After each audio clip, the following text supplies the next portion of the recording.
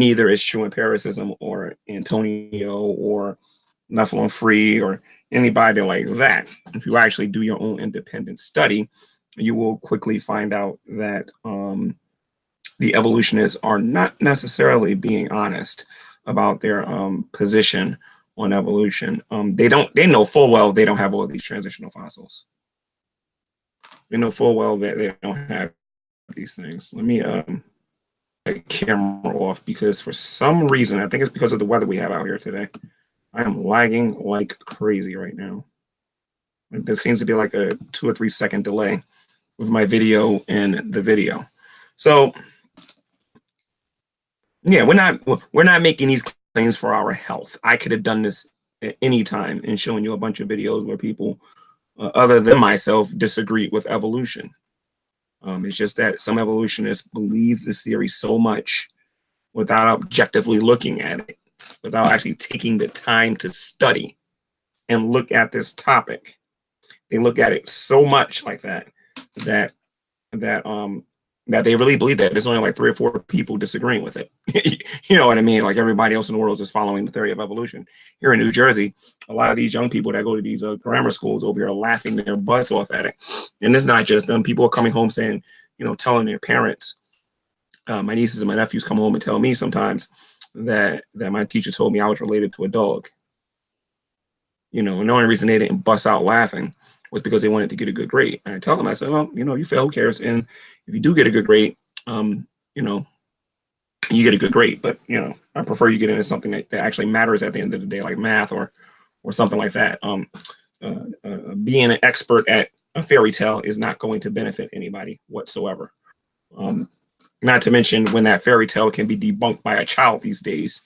And I think it's going to get easier and easier as time goes on because we got scientists that are ducking and dodging intelligent designers for these in these conversations because they know they can't produce the fossils.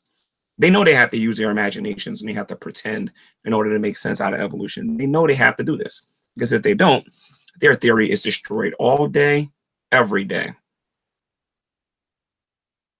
But yet and still more videos will be made about how true evolution is without actually proving evolution is true.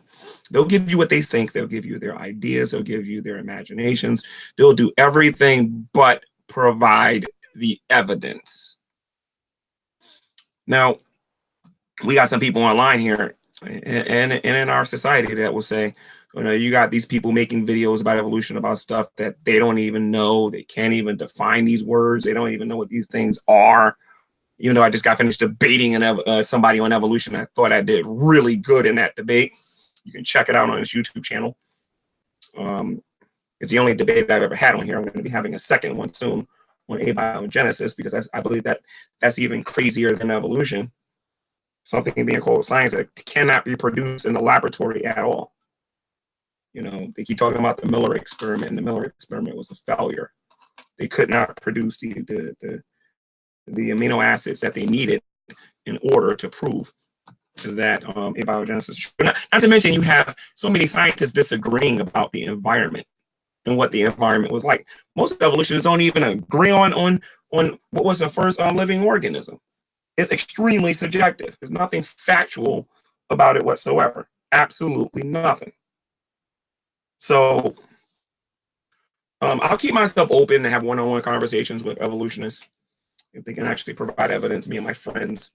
But I guess you can call this the introduction of evolutionists Bring It GTV style, in which I don't need a guest on here to make evolutionists bring it. I can simply tell you to bring it in the comment section.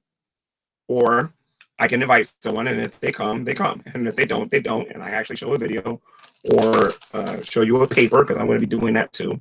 Since they like to boast and brag about these peer reviews so much, I'm actually going to be starting to go into that soon and show you guys out of the mouth of scientists that evolution is not true.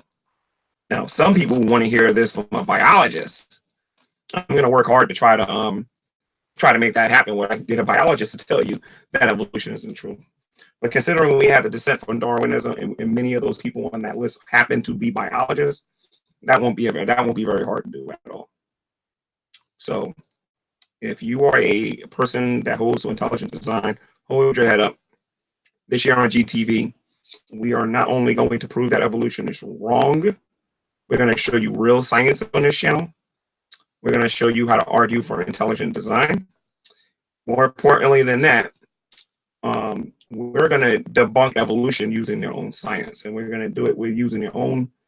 And I'm not talking about creationist scientists. We're going to get secular scientists that tell them that evolution is a faith, that is a religion, or it takes a faith in order to believe it.